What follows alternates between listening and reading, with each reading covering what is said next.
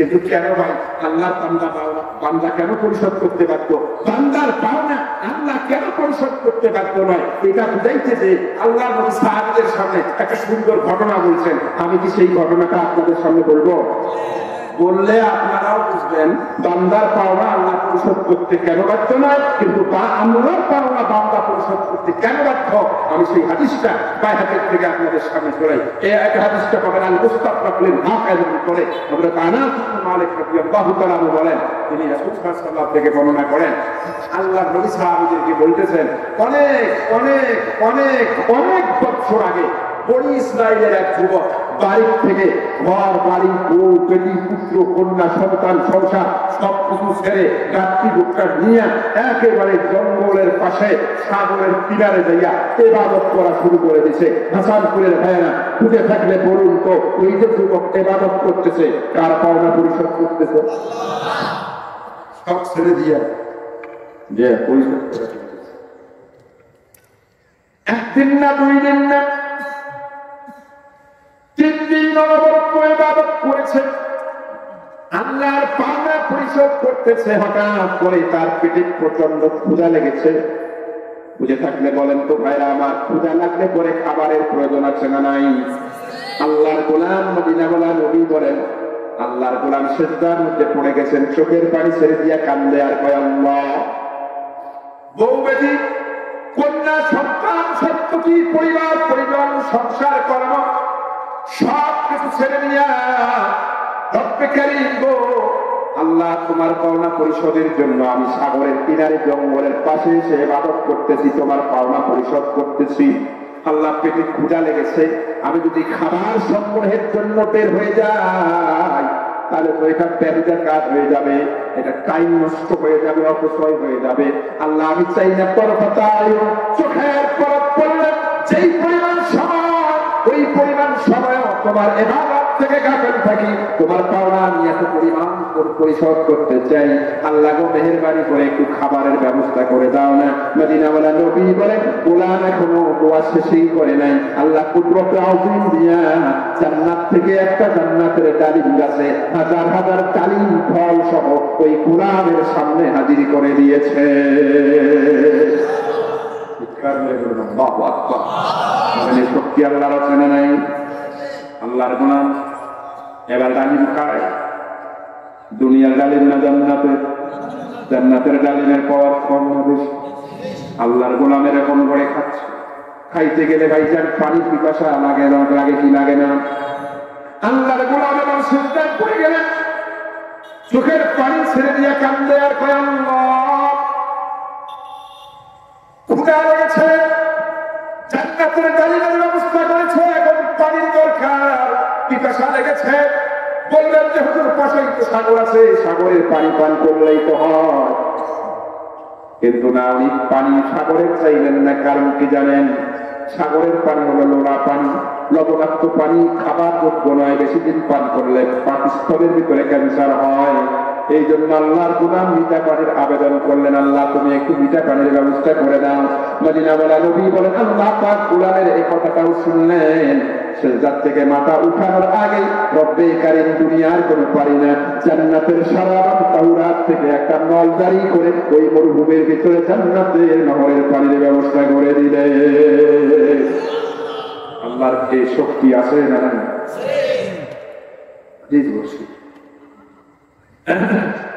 জান্নাতের খাবার খায়, জান্নাতের পানি পান করে, পাওয়ার কম না বেশি? আল্লাহর গোলাম শুধু ইবাদত করতেছে। বুঝে থাকলে বলুন, ইবাদত কার? কম আরো আসতে পান কার? বাবারা কেউ উঠবেন? জাতির বিবেক, সমাজের দর্পণ, সুপ্রিয় সাংবাদিক ভাইয়েরা, বিভিন্ন রাজনৈতিক দলের নেতা কর্মী সমর্থক বৃন্দ, বিভিন্ন স্কুল কলেজ মাদ্রাসা থেকে আগত, বিভিন্ন স্কুল কলেজ মাদ্রাসার সম্মানিত মুদাররিসিন কেরাম, বিভিন্ন মসজিদ থেকে আগত বিভিন্ন মসজিদের ইমাম, খতিব, মুয়াজ্জিন সাহেবগণ,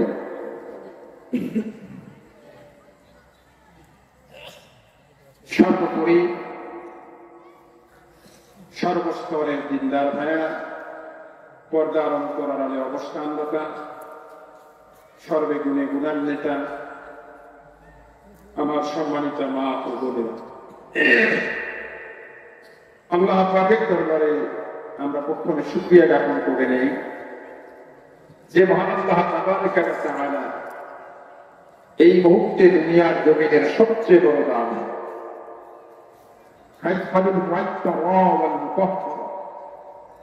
বেহেশতের সুগন্ধিযুক্ত খুশবু ছড়ানো জান্নাতের একটি বাগিচায় আপনাকে আমাকে জান্নাতি মানুষ হিসাবে আসবা, বসবা, কথা শুনবা এবং শোনাবার তৌফিক দান করেছেন। হাদিস শাস্ত্রের অনবদ্য কিতাব মুসনাদ আহমদ দ্বিতীয় খণ্ড 622 পৃষ্ঠার 18 লাইন পরে আবু দারদা রাদিয়াল্লাহু তাআলা আনহু থেকে বর্ণিত হাদিস। মদিনাওয়ালা নবী বলেন, যেখানে কোরআন হাদিসের দর্শ হয়, সোজা বাংলা কথায় যেখানে তাফসীরুল কোরআন মাহফিল অনুষ্ঠিত হয়, মদিনাওয়ালা নবী বলেন ওই মাহফিলের প্যান্ডেলে যারা আদবের সাথে বসে যায়, বসার সাথে সাথে কোরআন কারীমের ইজ্জাত আর বরকতে আল্লাহ পাক ওই বসনেওয়ালা ব্যক্তিদের অতীত জীবনের গুনাহগুলোকে মাফ করে দেন। আরো আস্তে করে সুবহানাল্লাহ, একটু জবান খুলে বলেন আল্লাহু আকবার। হাদিসটা বুঝে থাকলে মনুষ্য মাফ করে দেবার দায়িত্ব কার?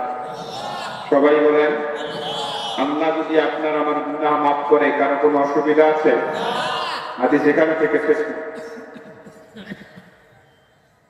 আল্লাহর নবী বলেন, আল্লাহ পাক হলেন উত্তম খালিক, আল্লাহ পাক হলেন উত্তম মালিক, আল্লাহ পাক হলেন নি'মা আজরুল আমিলিন, উত্তম প্রতিদানদাতা। যেহেতু আল্লাহ উত্তম খালিক, উত্তম মালিক, উত্তম প্রতিদানদাতা, সেহেতু আল্লাহ পাক বোনাস দিতে ভালোবাসেন। মদিনাওয়ালা নবী বলেন, এই মাহফিলে আখেরি বৈঠক পর্যন্ত যারা আদবের সাথে বসে থাকবেন, আল্লাহ পাক বোনাস হিসাবে তার আব্বা আম্মা, দাদা দাদি, নানা নানি, আত্মীয় স্বজন, আপনজন যারা কবরে চলে গেছে, বোনাস হিসাবে আল্লাহ পাক তাদের 40 দিনের কবরের আযাবকে মাফ করে দিবেন। আর একটু জোরে বলেন আল্লাহু আকবার। হাদিসটা বুঝে থাকলে বলুন, যেই মাহফিলে বসলে নিজের গুনাহ মাফ হয়, পূর্ববর্তীদের 40 দিনের কবরের আযাব সাফ হয়, সেই উত্তম মহত্তম মর্যাদার মর্তবার মাহফিলে আপনার আমার মতন গুনাহগার পাপাচারকে আসবার, বসবার, কথা শুনবার এবং শোনাবার তৌফিক দিয়েছেন কে? আর একটু জোরে বলেন যে আল্লাহ পাক এত বড় মহান নিয়ামতের বাড়ি যারা আপনাকে আমাকে শিখতে করেছেন, সেই মহান আল্লাহ পাকের দরবারে আসুন। 2 দিন ব্যাপী তাফসীরুল কোরআন মাহফিলের প্রথম রজনীতে জান্নাতি এই সামিয়ানা বেদ করে শুকরিয়ার কালিমা আল্লাহ পাকের আরশে আজিমের কোনায় পৌঁছে দেই। জবান খুলে সাওয়াতের সাথে সবাই মিলে সমস্বরে পড়ছি আলহামদুলিল্লাহ। সবাই মিলে বলেন আলহামদুলিল্লাহ। রব্বানা লাকাল হামদ হামদান কাসীরান তাইয়িবান মুবারাকান ফীহি। সম্মানিত হাজিরিন, আপনারা এটা 15তম মাহফিল আয়োজন করেছেন। এই মাহফিলের যারা শ্রোতা, তাদেরকে ভূমিকায় যদি কথা বেশি বলা লাগে, এটা দুঃখজনক। এই 15তম মাহফিলের 3য়বার আমার আসা এখানে। আমি প্রথমবার যে পরিমাণ লোক পেয়েছি, দ্বিতীয়বারও সেই পরিমাণ লোক পেয়েছি, তৃতীয়বারও তার বেশি হয়নি। তবে আমাকে বারবার যে কথাটি বলতে হয় সেটি হলো, আপনারা আদব রক্ষা করে বসতে পারেন। দিনের মজলিসে ফাঁকা জায়গাগুলোতে শয়তান বসে, রাসূলের হাদিস। শয়তান আপনার আমার বন্ধু না শত্রু? কথাও বলে না, কি বন্ধু না শত্রু? শত্রুকে মাঝে রেখে কোরআন হাদিসের আলোচনা শুনে লাভবান হওয়া যাবে? হবে না। এই জন্য আমি একটা তাকবীর দিব, সবাই দাঁড়াবেন, একটা লোক বেয়াদবি করবেন। আল্লাহর কোরআনের সম্মানার্থে দাঁড়ান তো দেখি সবাই। লিল্লাহ দেখবে, সবাই দাঁড়ান। মাশাআল্লাহ, জিকির করতে করতে সামনে আসেন, একেবারে সামনে চলে আসেন, একেবারে সামনে। মেহেরবানি করে কোরআনের দিকে আসবেন মানে আল্লাহর জান্নাতে কেউ পিছনে যাবেন না। পিছনে ফিরে যাওয়ার অর্থই হলো শয়তান আপনাকে ধোঁকা দিচ্ছে। আপনি একটু সামনে আসুন, মেহেরবানি করে সামনে আসুন। ভাই দাঁড়ালেই কি হবে না, একটু সামনে আসুন। যুবকেরা, বিশেষ করে যুবকেরা একটু মেহেরবানি করে সামনে আসুন আর জিকির করেন লা ইলাহা লা ইলাহা ইল্লাল্লাহ লা ইলাহা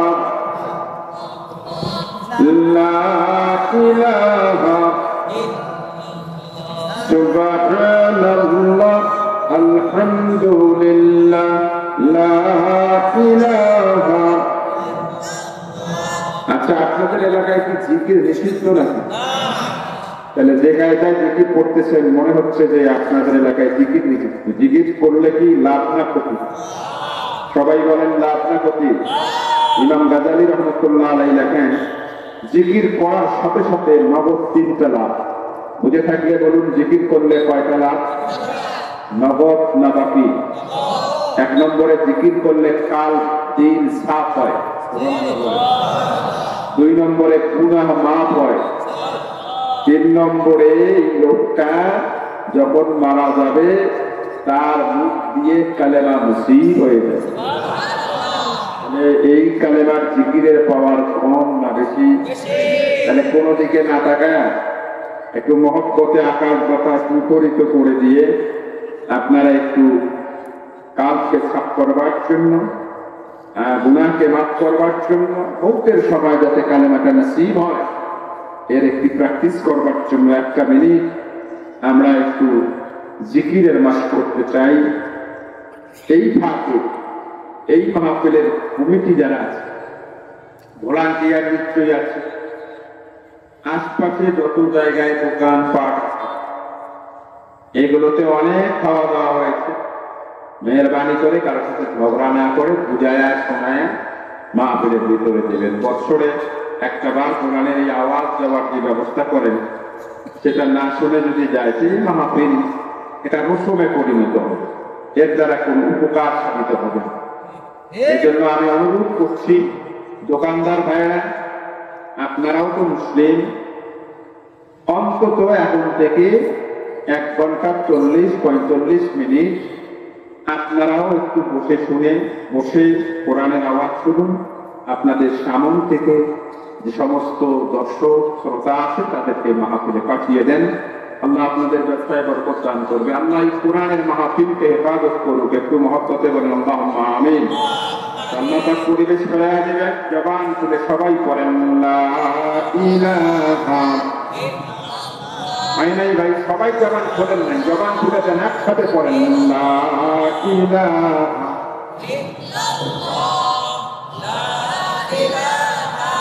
ইল্লাল্লাহ লা ইলাহা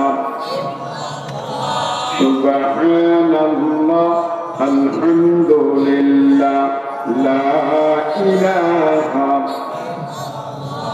সুবহানাল্লাহ আলহামদুলিল্লাহ লা ইলাহা লা ইলাহা ইল্লাল্লাহ মুহাম্মাদুর রাসূলুল্লাহ। সবাই চিৎকার মেরে বলুন সাল্লাল্লাহু আলাইহি ওয়াসাল্লাম। সম্মানিত হাজিরিন, এই মাহফিলটির নাম দিয়েছেন তাফসীরুল কোরআন মাহফিল। এটার কিছু বৈশিষ্ট্য আছে, আমি সেদিকে যাব না, সময় একেবারে কম। আমি ডাইরেক্ট আপনাদের সামনে ঐতিহাসিক এই মাঠে 15 দিন ব্যাপী তাফসীর, 15তম তাফসীরুল কোরআন মাহফিলের 2 দিন ব্যাপী তাফসীরুল কোরআন মাহফিলের 15তম অধিবেশন এর প্রথম রজনীতে আপনাদের সামনে নিখুঁত, নির্ভুল, পরিমল জীবন বিধান, বিশ্বের সেরা বিশ্ব, মহাজাগতিক, মহাবিশ্ব, মানব জাতির একমাত্র এবং চূড়ান্ত ইনস্টিটিউশন সংবিধান আল কোরআনুল কারীমের 114টি সূরার মধ্য থেকে 16 নম্বর সূরা সূরাতুন নাহল এর 90 নম্বর আয়াত তেলাওয়াত করেছি তাফসীর করবার এক মহান প্রয়াস নিয়ে। কোরআন কারীমের এত সূরা, এত আয়াত থাকতে আমি আজকে আপনাদের সামনে সূরাতুন নহল এর 90 নম্বর আয়াত কেন চুজ করলাম তাফসীরের জন্য? এর কারণ হলো দুইটা। আমার কথা বুঝে থাকলে সবাই জবান খুলে জবাব দেবেন। বলুন, আজকে সূরা নহলের তাফসীর আমি আপনাদের সামনে 90 নম্বর আয়াতের করতে চাই কয়টা কারণে? সবাই বলেন কয়টা? 1 নম্বরের কারণ হলো হাদিস। সেটি কি? আব্দুল্লাহ ইবনে মাসউদ রাদিয়াল্লাহু তাআলা আনহু বলেন, এই কোরআনুল কারীমের ভিতরে বিধিবিধানের আয়াত আছে 700টি। বিধিবিধানের আয়াত কারে বলে?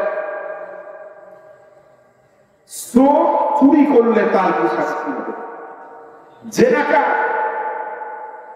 জেনা করে যদি বিবাহিত হয় তার কি পানিশমেন্ট হবে? জেনাকার যদি অবিবাহিত হয় তার কি শাস্তি হবে? চেয়ারম্যান মেম্বারেরা যদি বিধবার টাকা, এতিমের টাকা মেরে খায় তার কি শাস্তি হবে? ক্ষমতায় যাইয়া যদি জনগণের সেবক না হইয়া শোষক হয়ে যায় তার কি শাস্তি হবে? বলেন, এই শাস্তির বিধানগুলো কোরআনুল কারীমে আছে না নাই? কথা কি স্বীকার করতে ভয় লাগে আপনাদের? বলেন, এই কোরআনুল কারীমের ভিতরে এই পাপের বিধানগুলোর শাস্তি আছে না নাই? কোরআনুল কারীমের যে আয়াতগুলোতে মানুষের পাপের শাস্তি দুনিয়ার কোটে নির্ধারণ করে দেয়া হয়েছে তাকে বলা হয় আয়াতুল মুহকামাত হুন্না উম্মুল কিতাব। কোরআনুল কারীমের এই আয়াতগুলো আছে মাত্র 700টি। আব্দুল্লাহ ইবনে মাসউদের মতে, আব্দুল্লাহ ইবনে মাসউদ রাদিয়াল্লাহু তাআলা আনহু বলেন, কোরআনুল কারীমের বিধিবিধানের এই 700 আয়াত আল্লাহ কোরআনে নাযিল না করে যদি কেবলমাত্র শুধুমাত্র একমাত্র সূরাতুন নাহল এর 90 নম্বর আয়াত, যেটা আমি তেলাওয়াত করেছি তাফসীর করবার জন্য, শুধুমাত্র আল্লাহ পাক এই একটা আয়াত কোরআনে নাযিল করতেন, 700 আয়াত নাযিল করে আল্লাহ যা বলতে চেয়েছেন এই একটা আয়াতের ভিতরে 700 আয়াতের বক্তব্যকে আল্লাহ তুলে ধরেছেন। আরো আসতে কোন সুবহানাল্লাহ। পাঁচটা বুঝি বোঝেন নাই? 700 কথা বললে যা বুঝায়, একটা কথা বললে যদি তাই বোঝায় তাহলে 700 কথার পাওয়ার বেশি না একটা কথার পাওয়ার বেশি? আমি রংপুর থেকে আপনাদের কাছে কেসটা শোনানোর জন্য আসিনি। মাহফিলের নাম দিয়েছেন তাফসীরুল কোরআন মাহফিল। কেন আয়াতটা চুজ করলাম? এর 1 নম্বরের কারণ হলো আজকে একটা আয়াতের তাফসীর করলে কয়শো আয়াত বুঝবেন?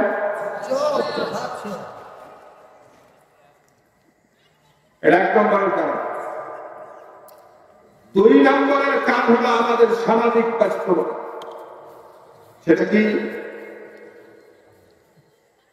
আমরা যারা কালেমা পড়েছি, মুসলিম দাবি করি, আমাদের মধ্যে নামাজি আছে, তবে আমার গবেষণে নামাজির প্রকার আছে। আমাদের বাংলাদেশে 1 শ্রেণীর নামাজি আছে, এরা দেখবেন জীবনে 5 ওয়াক্ত নামাজ পড়ে না, কিন্তু 2 ঈদ যখন আসে এদের নামাজের প্রস্তুতি, এদের নামাজে যাওয়ার আগ্রহ দেখে 5 ওয়াক্ত নামাজিরা সামনের কাতারে স্থানই পায়। বলেন, এইরকম নামাজি আছে না নাই?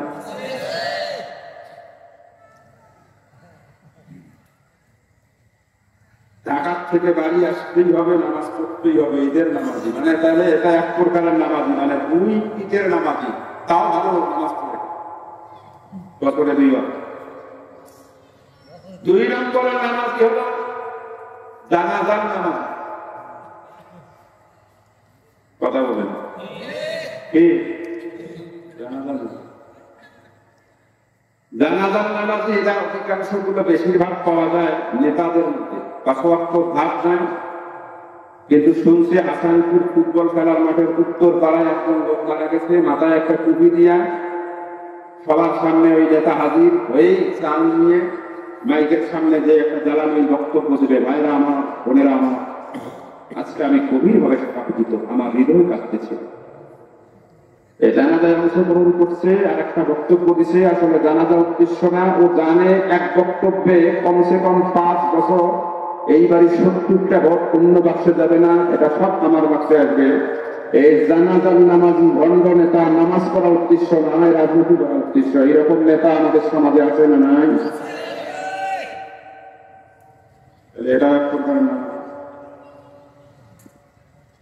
3 নম্বরের নামাজি হলো জুমার নামাজ। 5 ওয়াক্ত খবর নাই।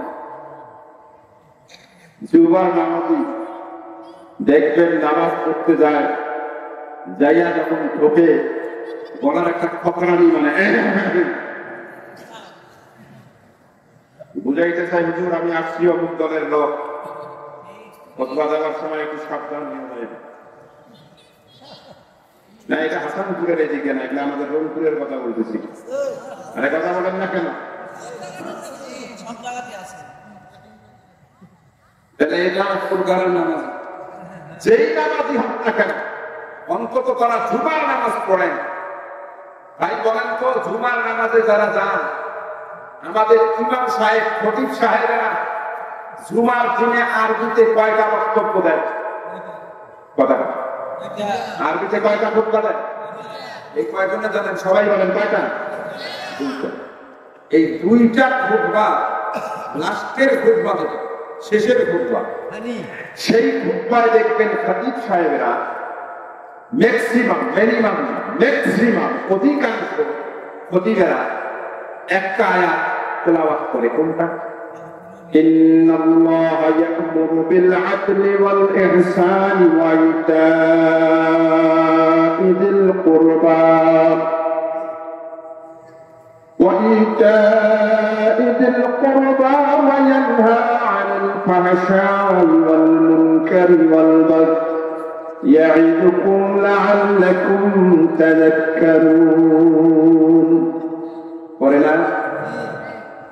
আচ্ছা, আপনারা কি কোনোদিন হুজুরকে বলছেন, হুজুর বাপ দাদা 14 গোষ্ঠী ধরে আপনার পিছনে নামাজ পড়লাম, এই জুমার নামাজে শেষের খুতবায় আপনি কোরআনের এত আয়াত থাকতে শুধু এই ইন্নাল্লাহা ইয়া'মুরু এই আয়াতে পাইছেন কি? এটা তেলাওয়াত করেন কেন? কোনদিন হুজুরকে জিজ্ঞেস করছেন? আপনারাও করেন নাই, হুজুরেরাও এর কারণ বলেন। হুজুরেরা বলবে কেমনে? কারণ হুজুরেরা আছে মহাবিপদ। আমরা হুজুরেরা যখন মসজিদে যাই, দোয়া করি, বের হই, কোন বক্তব্যের কোন কাজে মুখ ফুসকে বের হয়, আবার কোন 14 শিখের মধ্যে ঢুকি দেয়, কোন মামলাতে পড়ে। এই জন্য আমরা সালাম ফিরায়া দোয়া করি বাড়িতে নিরাপদে যাতে পৌঁছিতে পারি। আমরা হুজুরেরা বর্তমান আছি জান বাঁচা ফরজে আইন। কথা নিজে বাঁচলে বাপের নাম, যে সাপের চোখ নাই, মুখ নাই, করে না পুষ্পাট, মারে না তেরে মেরে ডান্ডা করে দিব ঠান্ডা। আমরা হুজুরেরা আছি ওই সবকে, আমার কত কিছু বলার টাইম নাই, আমার ইমামতি টিকলে পাবেন না। কথা বলেন না? আর আমি রংপুর থেকে আপনাদের এখানে আসছি এই একটাই ভেদ করবার জন্য, যে এত আয়াত থাকতে খতিব সাহেবেরা কেন আয়াত সুরা খুতবার শেষের মধ্যে পড়েন? এর কারণ হাফিজুল হাদিস ইমাম উদ্দিন ইবনে কাসির রাহমাতুল্লাহ আলাইহি তার বিশ্ববিখ্যাত কিতাব আল বিদায়া ওয়াল নিহায়ার ভিতরে লেখেন, আমিরুল মুমিনিন খলিফাতুল মুসলিমিন ওমর ইবনে খাত্তাব রাদিয়াল্লাহু তাআলা আনহু পৃথিবীর খলিফা যখন হলেন, পুরার চক্রে বসে গোটা পৃথিবীর অর্ধেকটা যখন শাসন করছিলেন, তখন একটা পর্যায়ে উনি মসনদে আরোহণ করে সিংহাসনে বসেই দেশের রাজ্যের প্রত্যেকটি মসজিদের খতিবের কাছে, বক্তাদের কাছে রাষ্ট্রীয় চিঠি জারি করে দিলেন। আদেশ হলো এই, তোমরা প্রত্যেক জুমা 2টা খুতবার শেষ খুতবায় অবশ্যই মাস্ট বি তোমাদের এই আয়াত ইন্নাল্লাহা ইয়া'মুরু বিল আদলি, এটা মুসল্লিদের কানে পৌঁছে দিতে হবে। কারণ তুমি জানতেন এটা এমন একটা আয়াত, যে আয়াতের মধ্যে 700 আয়াত নিহিত রয়েছে। যেই 700 আয়াত মুমিনেরা যদি ভুলে না যায়, তাহলে পৃথিবীর কোন শক্তি তাদের নেতৃত্ব আর কর্তৃত্ব কেড়ে নিতে পারবে না।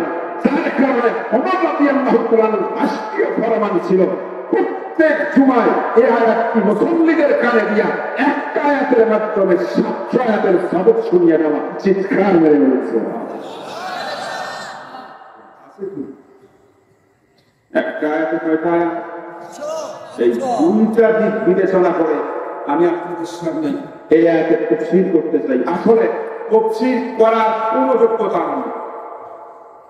আমরা যাদেরকে মুফাসসিরে কোরআন আল্লামা বলি, এগুলা কিয়ামত হওয়ার জন্য যথেষ্ট। আমি আমার কথা বলছি, মুফাসসির এত সহজ জিনিস না। তবে আপনাদের দোয়ায় এই দেখতে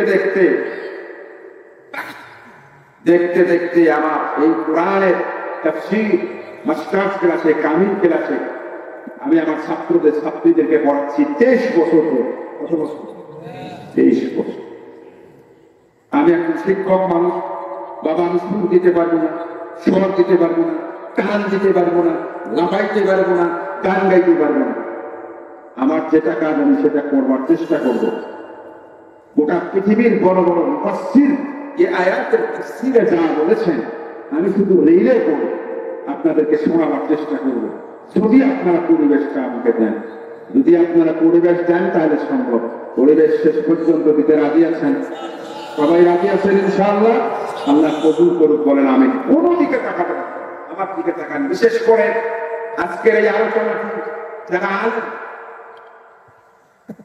যারা মসজিদে খুতবা দেন, তারা খুব মনোযোগ দিয়ে শুনবেন। আমি বড় আলেম, আমার চেয়েও বড় আলেম এখানে আছেন,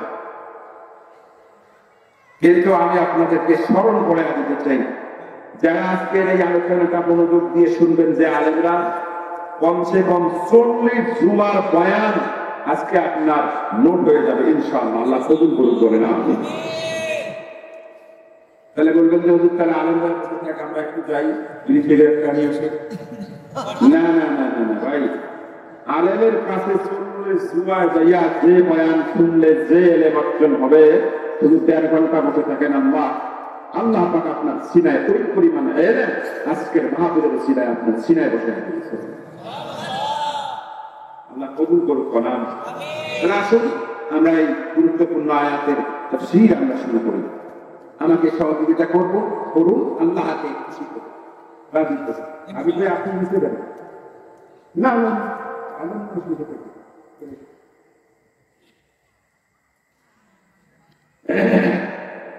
আমার সাথে সমান করে দিয়ে পড়েন, আউযু বিল্লাহি মিনাশ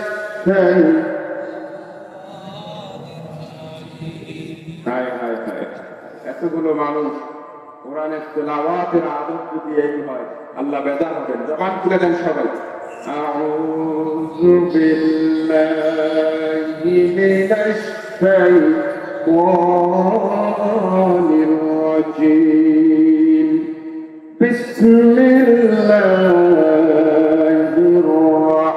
রাহমানির রাহিম।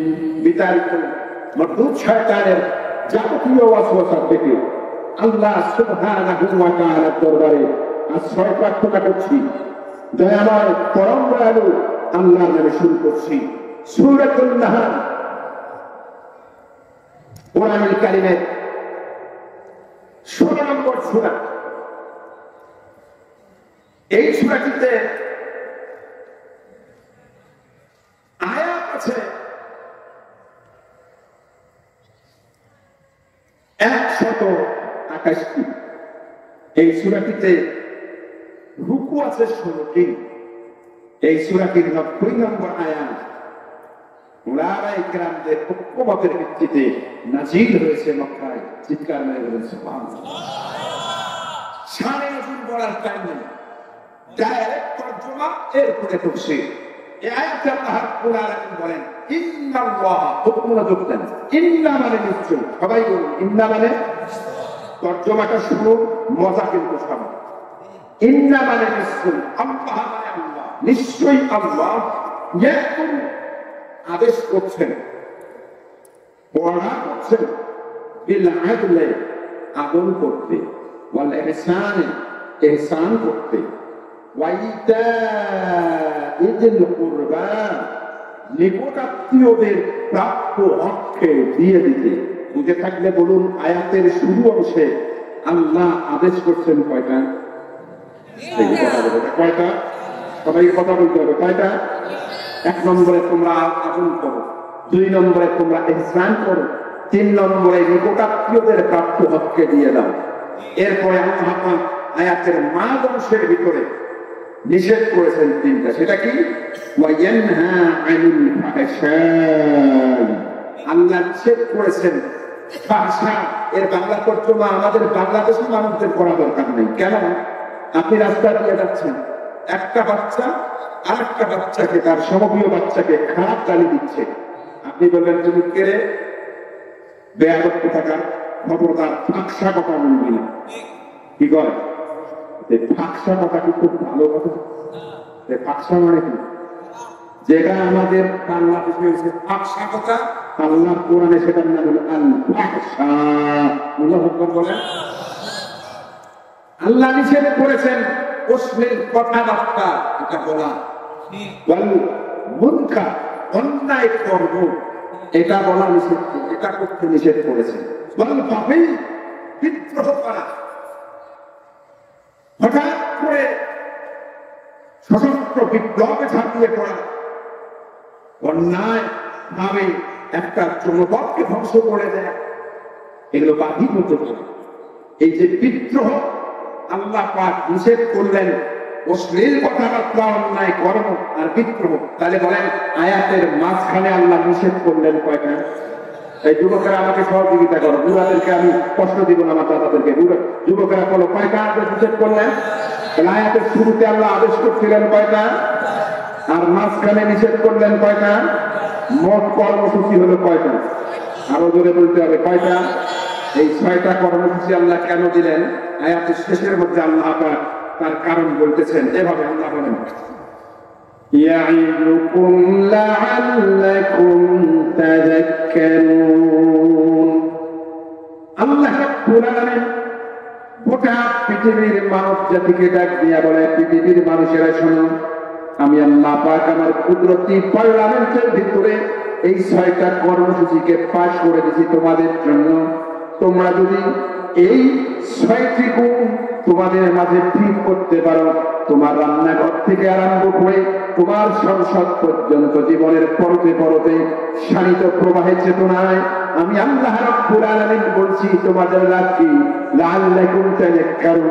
তাহলে তোমাদের জীবনের সমস্ত গুনাহগুলো হয়ে যাবে পঙ্কিলতা মুক্ত, আমলনামা হবে পাপ মুক্ত। তোমরা যখন মারা যাবে কালেমা নসিব হবে, কবরে যখন রাখা হবে তোমাদের কবরটা হবে এই দুনিয়ার 10টা দুনিয়ায় জান্নাতের টুকরা, আর কিয়ামতের ময়দানে তোমরা হাসতে হাসতে বিনা হিসাবে আমার জান্নাত চলে যাবে। লাআল্লাকুম তাযাক্কারুন এর ব্যাখ্যা হলো তোমরা খেয়াল 6টা গুণ পালন করলে 1 নম্বরে লাভ হলো দুনিয়ার মধ্যে কোনো অশান্তি থাকবে না, 2 নম্বরে লাভ হলো আমলনামায় কোনো পাপ থাকবে না, সুবহানাল্লাহ বলবেন না। 3 নম্বরের লাভ হলো মারা যখন যাবেন মুখে কালেমা নসিব হবে।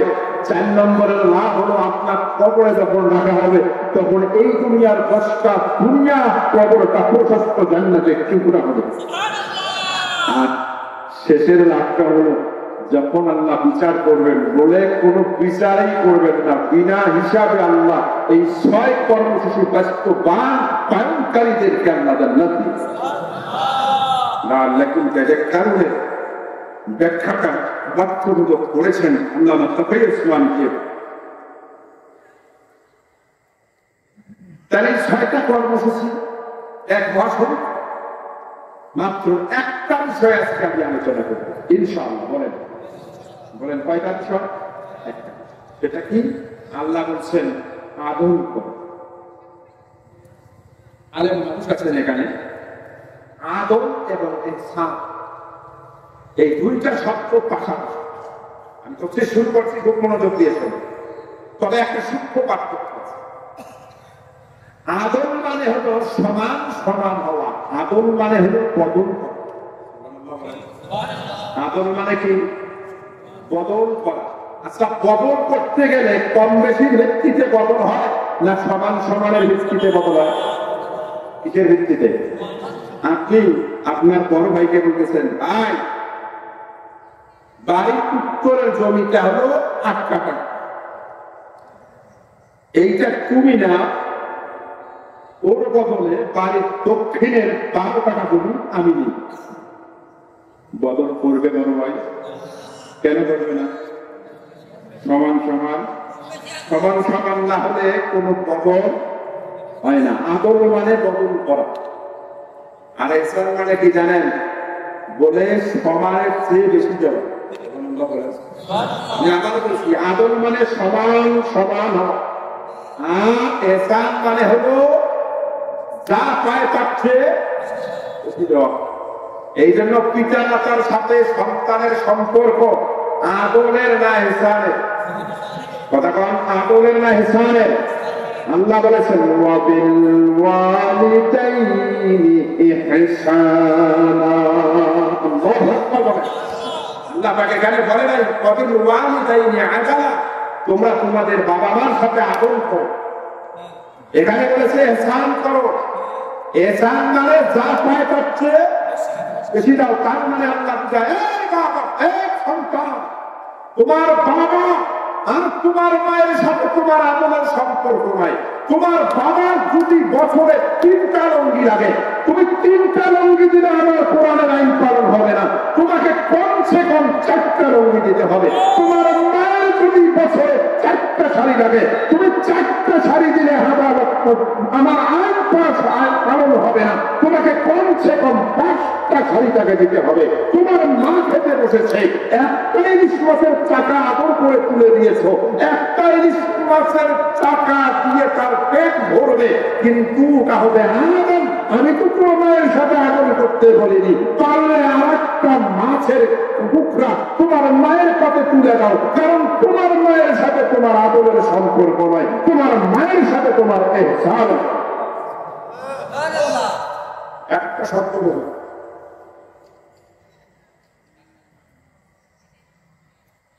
মা বলেছে বাবা ওই যাও, বলে মা বাজারে যাই, বাবা পানি নিয়ে আসি, আদা খাই। বউ পাশ থেকে সব ঘুমাইছে। না না না, এরকম বউ বাংলাদেশে নাই। আরে কথা হয় না কেন? বউয়ের চোখ ঘুমানিতে যদি আপনি আদা সব পানি নিয়ে দেন, আপনি আল্লাহর কোরআন একটা পান হলেও বেশি দিতে হবে। কেমনি বুঝাবো? আদল আর ইহসানের একটা পার্থক্য। আমি শুধু আদল বোঝাই। আদলের শাব্দিক অর্থ হলো বদল করা। বদল হতে গেলে কি হতে হবে? এটা গেল হলো শাব্দিক অর্থ। কিন্তু এই আদলের তাফসীর কি করছেন? বিশ্বাস করেন, আল্লাহ মাফ করুন, প্রায় ৭২টা তাফসীর গ্রন্থ আমার টেবিলে আমি দেখি। আমার বাড়িতে অনেকে দাওয়াত দেওয়ার জন্য অনেকে যায়। আমি বলি যে আমাকে দাওয়াত দেওয়ার জন্য বাড়ি আসা লাগবে, কিন্তু অনেকে তাও যায়, বিশেষ করে কুমিল্লা আর নোয়াখালী। আমি যে ঘরটাতে থাকি, এই ঘরটাতে শুধু বিছানা আছে শোয়ার জন্য, আর চতুর্পাশে শুধু কেতাব আছে। আমার সারা জীবনের সাধনাই হলো এই কেতাব, সারা জীবনের আমার কাহিনী হলো এই কেতাব। তো যাই হোক, ৭২টা তাফসীর গ্রন্থ আমি নোট করেছি, করে দেখেছি আদলের তাফসীর আলেমরা করেছেন 17। বলেন কয়টা তাফসীর আছে? 17। আমি যদি এই 17টা তাফসীর একটা একটা করে বলা শুরু করি, বিশ্বাস করুন এই জনতা 90% উঠে উঠে যাবেন। যাওয়ার সময় বলবেন এই মতিয়ার ভাইয়ের কোনো কাজ নেই, এই কোন বক্তাকে আছে কি কয়, মাথার চামড়ি মুন্ডি গরম হয়ে গেল। যাদের একটু এটা টানার উঠে আছে, তাড়াতাড়ি যে 3-4 থেকে টানার পরেও মাথা স্কুল ঠিক হবে। আমি আপনাদের এই কষ্ট দিব না। বলে তাহলে কি করবেন? আপনাদেরকে আশ্বস্ত করতে চাই, বর্তমান দুনিয়ার শ্রেষ্ঠ আইন আমার এই ক্ষুদ্র গবেষণার জীবনে যার কিতাব আমি সবচেয়ে বেশি স্টাডি করি, আল্লামা তাকিই উসমানী বর্তমান দুনিয়ার বড় একজন আলেম, ইসলামিক স্কলার। আল্লাহ রাব্বুল আলামিন তার হায়াতে তাইয়্যিবাতে বলেন আমিন। উনি এমন একটা তাফসীর এই আদলের করেছেন, পূর্ববর্তী আলেমরা আদলের তাফসীর করতে যাইয়া 17টা বক্তব্য দিয়েছেন, আর আদলের উনি এমন একটা তাফসীর করছেন 17টা বক্তব্য দিয়ে আলেমরা যা বুঝাইছে, উনি একটা তাফসীরে গোটা দুনিয়ার সমস্ত আলেমের 17টা বক্তব্যকে ঢুকিয়ে দিয়েছেন। সুবহানাল্লাহ। একটা কথা বললে যদি 17টা কথা বলা যায়, তাহলে 17টা বলা ভালো না একটা বলা ভালো? কথা বলেন, কয়টা বলা ভালো? তাহলে আমি 17টা তাফসীর করবো না একটা তাফসীর করবো? একটা তাফসীর করলে বুঝবেন কয়টা? 17টা। তাহলে মনে রাখবেন কথা বলুন।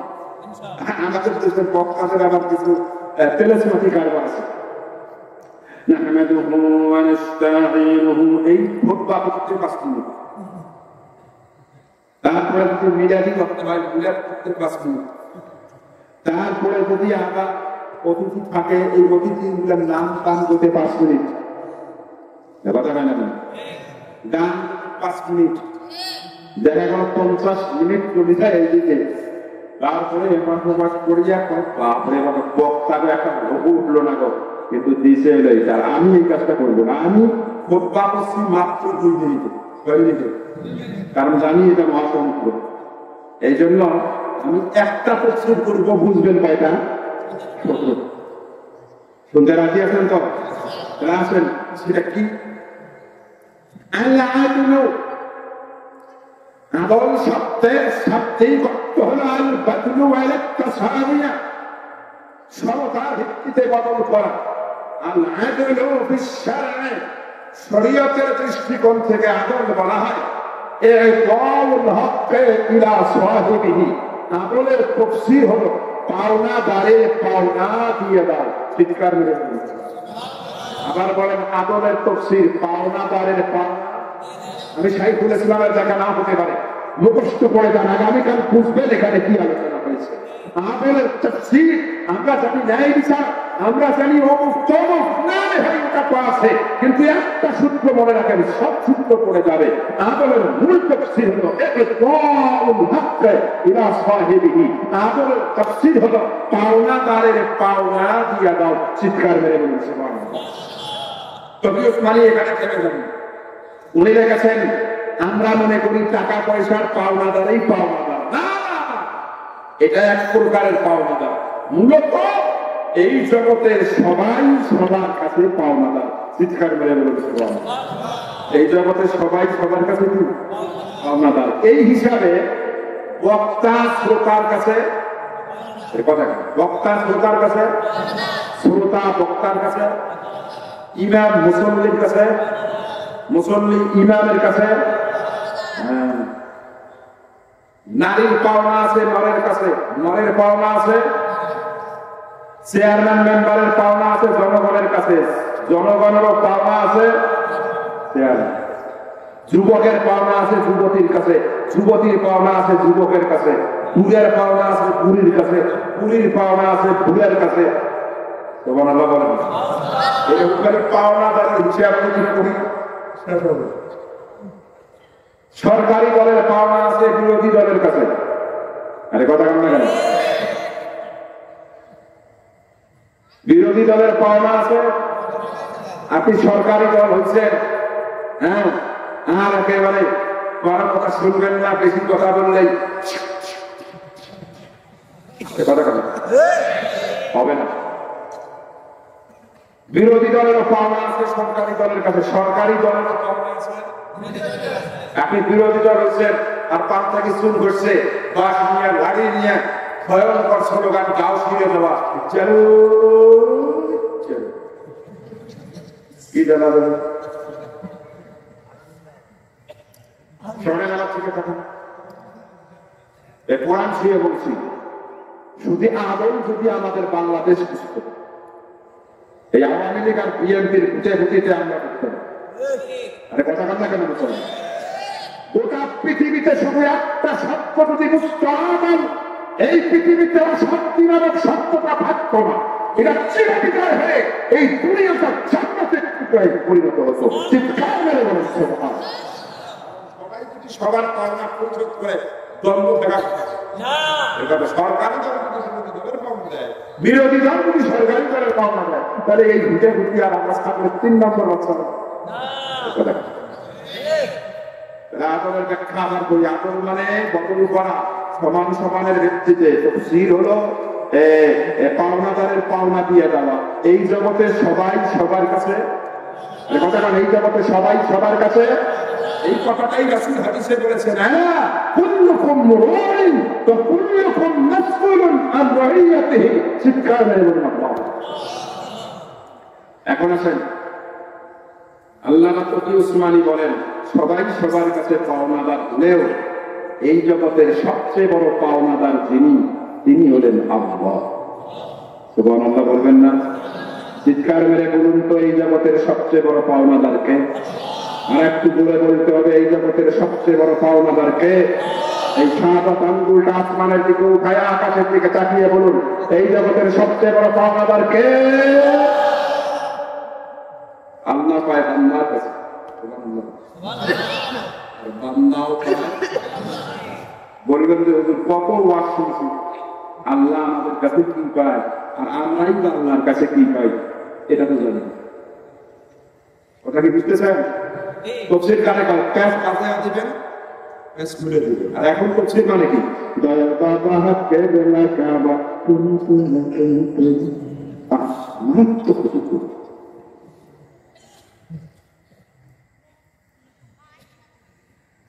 আমার ঠিক আছে, প্যাস আমি বাজাবো, আমি খুলব।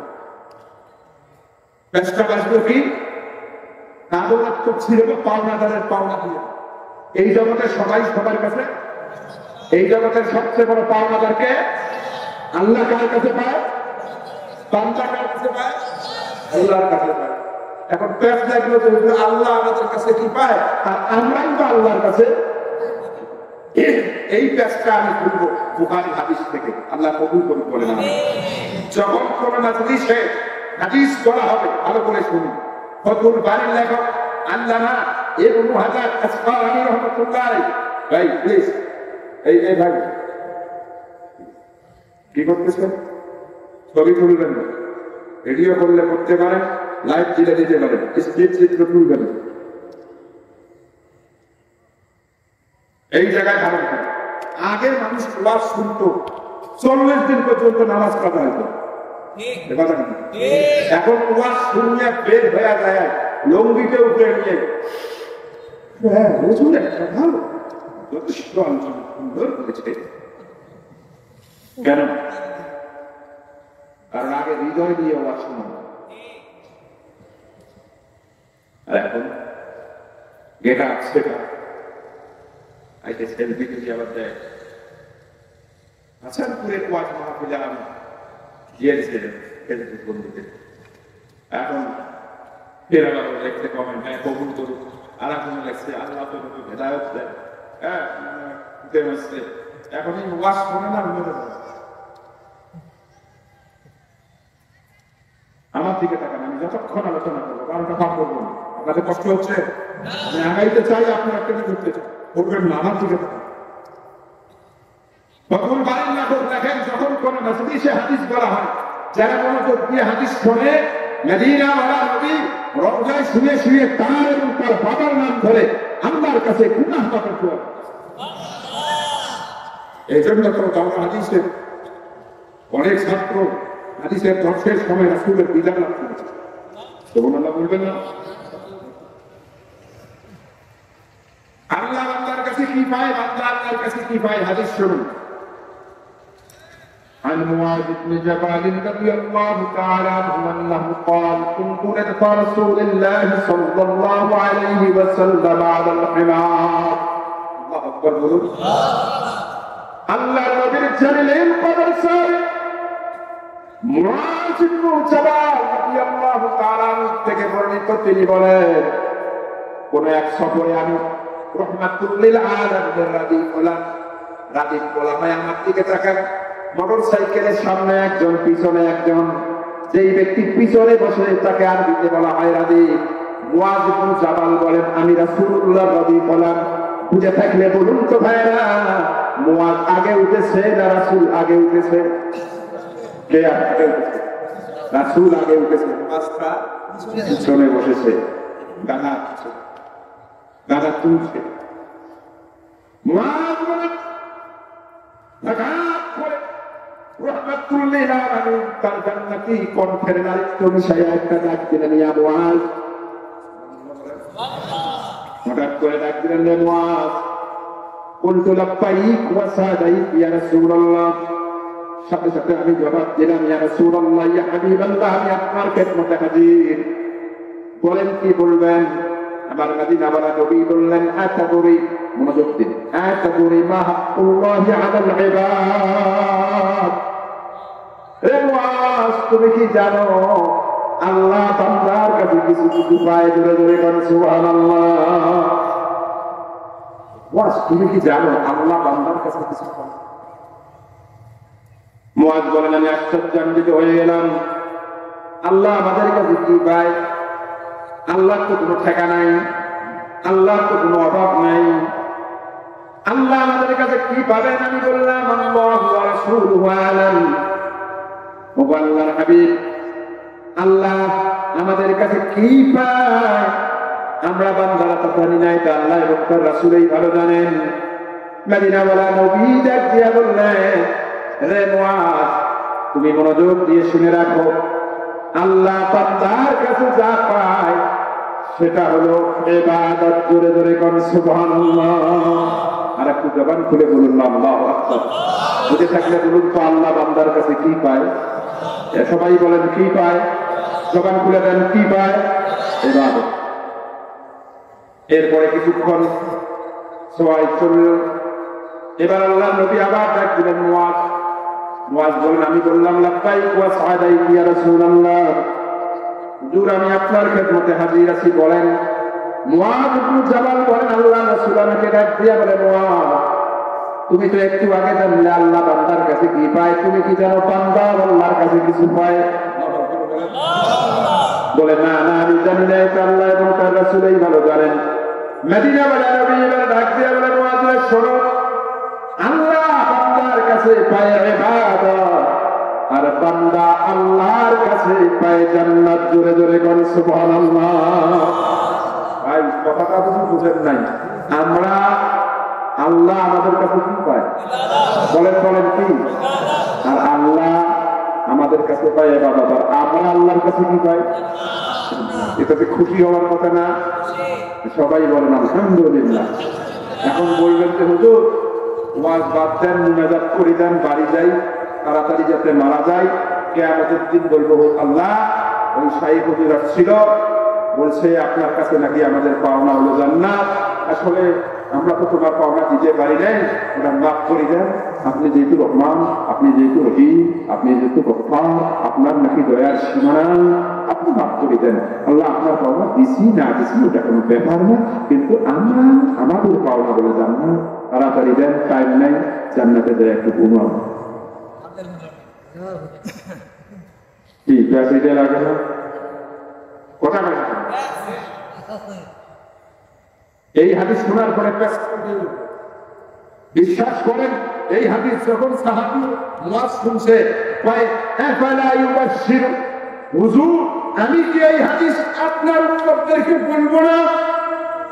আমার নবী কয়, না, খবরদার, এই হাদিস আমার উম্মতদেরকে বলিও না, কারণ আমার উম্মত যে আলসিয়া রাখিয়া, যে ছল যদি এই হাদিস শুনে যে আল্লাহর কাছে জান্নাত পায় পাওনাদার হিসাবে, তাহলে এরা নামাজ পড়বে না, রোজা করবে না, হজ করবে না, এরকম করে জিহাদ করবে না, ওই পাওনার আশায় থাকবে। অতএব এটা বলা যাবে না, এই হাদিস করা যাবে না। বলবেন যে হুজুর, আল্লাহ নবী কাছে এই হাদিস বলা যাবে না, তাহলে আপনি হাদিস পাইলেন তো? কথা বলবেন না ভাই। এটা পাওয়ার কারণ হলো আল্লাহ নবী আরেক সাহাবীকে বলছে, যে ব্যক্তি ইলম গোপন করে সেই ব্যক্তি কিয়ামতের ময়দানে জাহান্নামী হবে। এই হাদিস যখন মুআয ইবনে জাবালের কানে গেছে, এই হাদিসের ভয়ে এই গোপন হাদিস ওপেন করে দিয়ে গেছে, চিৎকার মেরে বলেছে। শুনুন, এই হাদিসের ব্যাখ্যায় মুহাদ্দিসিনে কেরামরা লিখেছেন, আল্লাহ বান্দার কাছে পায় ইবাদত, বান্দা আল্লাহর কাছে পায় জান্নাত। মনে রাখতে হবে, বান্দা আল্লাহর কাছে, আল্লাহ বান্দার কাছে যা পায় এটা বান্দা পরিশোধ করতে বাধ্য, পরিশোধ করাই লাগবে। না করলে আল্লাহ রাব্বুল আলামিন তাদেরকে মুআখাযা করবেন, ধরবেন, শাস্তি দিবেন, জাহান্নামে ফেলে দিবেন। কিন্তু বান্দা আল্লাহর কাছে যা পায় এটা আল্লাহ পরিশোধ করতে বাধ্য নয়, বরং এটা আল্লাহ পাকের দয়া আর মায়া। চিৎকার হয়ে বলেছে কি আল্লাহর পাওনা বান্দাকে কি করা লাগবে? কথা পরিশোধ করতেই হবে, কিন্তু বান্দার পাওনা আল্লাহ পরিশোধ করতে বাধ্য নয়। বলবেন যে হুজুর এটা একটা যুক্তি হলো, আমরা আল্লাহর কাছে যা পাই সেটা আল্লাহ না দিলে অসুবিধা নাই, কিন্তু আমাদের পাওনা না দিলে অসুবিধা নাই, কিন্তু আল্লাহ আমাদের কাছে যেটা পায় সেটা না দিলে বড় অসুবিধা হবে। এটা তো যুক্তিতে খাটে না। কথা বলেন না কেন? যুক্তিতে খাটে কি? কিন্তু কেন ভাই আল্লাহর বান্দা কেন পরিশোধ করতে পারতো? বান্দার পাওনা আল্লাহ কেন পরিশোধ করতে পারতো নয়? এটা বুঝাইতে যে আল্লাহ নবী সাহাবীদের সামনে একটা সুন্দর ঘটনা বলছেন। আমি কি সেই ঘটনাটা আপনাদের সামনে বলবো? বললে আপনারাও বুঝবেন বান্দার পাওনা আল্লাহ পরিশোধ করতে কেন বাধ্য নয়, কিন্তু আল্লাহর পাওনা বান্দা পরিশোধ করতে কেন বাধ্য। আমি সেই হাদিসটা বাইহাকির থেকে আপনাদের সামনে শোনাই। এই এক হাদিসটা পাবেন আল মুস্তাফা ফিল হাকাইদ করে হযরত আনাস ইবনে মালিক রাদিয়াল্লাহু তাআলা বলেন, তিনি রাসূল সাল্লাল্লাহু আলাইহি ওয়াসাল্লাম থেকে বর্ণনা করেন, আল্লাহর নবী সাহাবীদেরকে বলতেছেন, অনেক অনেক অনেক অনেক বছর আগে বনি ইসরাইলের এক যুবক বাড়ি থেকে ঘর বাড়ি বউ বেটি পুত্র কন্যা সন্তান সংসার সবকিছু ছেড়ে রাত্রি বুকটা নিয়ে একেবারে জঙ্গলের পাশে সাগরের কিনারে যাইয়া ইবাদত করা শুরু করে দিয়েছে। হাসানপুরের ভাইয়েরা খুঁজে থাকলে বলুন তো, ওই যে যুবক ইবাদত করতেছে কার পাওনা পরিশোধ করতেছে? সব ছেড়ে দিয়ে যে পরিশোধ করে একদিন না দুই দিন না 3 দিন অনবরত ইবাদত করেছে, আল্লাহর পাওনা পরিশোধ করতেছে। হঠাৎ করে তার পেটে প্রচন্ড ক্ষুধা লেগেছে। বুঝে থাকলে বলেন তো ভাইরা আমার, ক্ষুধা লাগলে পরে খাবারের প্রয়োজন আছে না নাই? আল্লাহর গোলাম মদিনাওয়ালা নবী বলেন, আল্লাহর গোলাম সিজদার মধ্যে পড়ে গেছেন, চোখের পানি ছেড়ে দিয়া কান্দে আর কয় আল্লাহ। বউ বেটি কন্যা সন্তান সন্ততি পরিবার পরিজন সংসার কর্ম সব কিছু ছেড়ে দিয়া রব্বে কারীম গো আল্লাহ, তোমার পাওনা পরিশোধের জন্য আমি সাগরের কিনারে জঙ্গলের পাশে এসে ইবাদত করতেছি, তোমার পাওনা পরিশোধ করতেছি। আল্লাহ পেটে ক্ষুধা লেগেছে, আমি যদি খাবার সংগ্রহের জন্য বের হয়ে যাই তাহলে তো এটা ব্যর্থের কাজ হয়ে যাবে, এটা টাইম নষ্ট হয়ে যাবে, অপচয় হয়ে যাবে। আল্লাহ আমি চাই না তরফাতায় চোখের পলক পড়লে যেই পরিমাণ সময়, ওই পরিমাণ সময় তোমার ইবাদত থেকে গাফেল থাকি, তোমার পাওনা আমি এত পরিমাণ পরিশোধ করতে চাই। আল্লাহ গো মেহেরবানি করে একটু খাবারের ব্যবস্থা করে দাও না। মদিনাওয়ালা নবী বলেন, গোলাম এখনো দোয়া শেষই করে নাই, আল্লাহ কুদরতে আযীম দিয়া জান্নাত থেকে একটা জান্নাতের ডালিম গাছে হাজার হাজার ডালিম ফল সহ ওই গোলামের সামনে হাজির করে দিয়েছে। আল্লাহু আকবার। মানে শক্তি আল্লাহর আছে না নাই? আল্লাহর গোলাম এবার ডালিম খায়, দুনিয়ার ডালিম না জান্নাতের? জান্নাতের ডালিমের পাওয়ার কম না বেশি? আল্লাহর গোলামের এখন করে খাচ্ছে। খাইতে গেলে ভাইজান পানি পিপাসা লাগে না, লাগে কি লাগে না? আল্লাহর গোলাম এবার সিজদায় পড়ে গেলেন, চোখের পানি ছেড়ে দিয়ে কান্দে আর কয় আল্লাহ, ক্ষুধা লেগেছে, জান্নাতের ডালিমের ব্যবস্থা করেছে, এখন পানির দরকার, পিপাসা লেগেছে। বললেন যে হুজুর পাশেই তো সাগর আছে, সাগরের পানি পান করলেই তো হয়। কিন্তু না, উনি পানি সাগরের চাইলেন না, কারণ কি জানেন? সাগরের পানি হলো নোনা পানি, লবণাক্ত পানি খাবার যোগ্য নয়, বেশি দিন পান করলে পাকস্থলের ভিতরে ক্যান্সার হয়। এই জন্য আল্লাহর গোলাম মিঠা পানির আবেদন করলেন, আল্লাহ তুমি একটু মিঠা পানির ব্যবস্থা করে দাও। মদিনাওয়ালা নবী বলেন, আল্লাহ পাক গোলামের এই কথাটাও শুনলেন। সিজদা থেকে মাথা উঠানোর আগে রব্বে কারীম দুনিয়ার কোনো পারি না, জান্নাতের সারারাত তাওরাত থেকে একটা নল জারি করে ওই মরুভূমির ভিতরে জান্নাতের নহরের পানির ব্যবস্থা করে দিলে। আল্লাহর এই শক্তি আছে না নাই?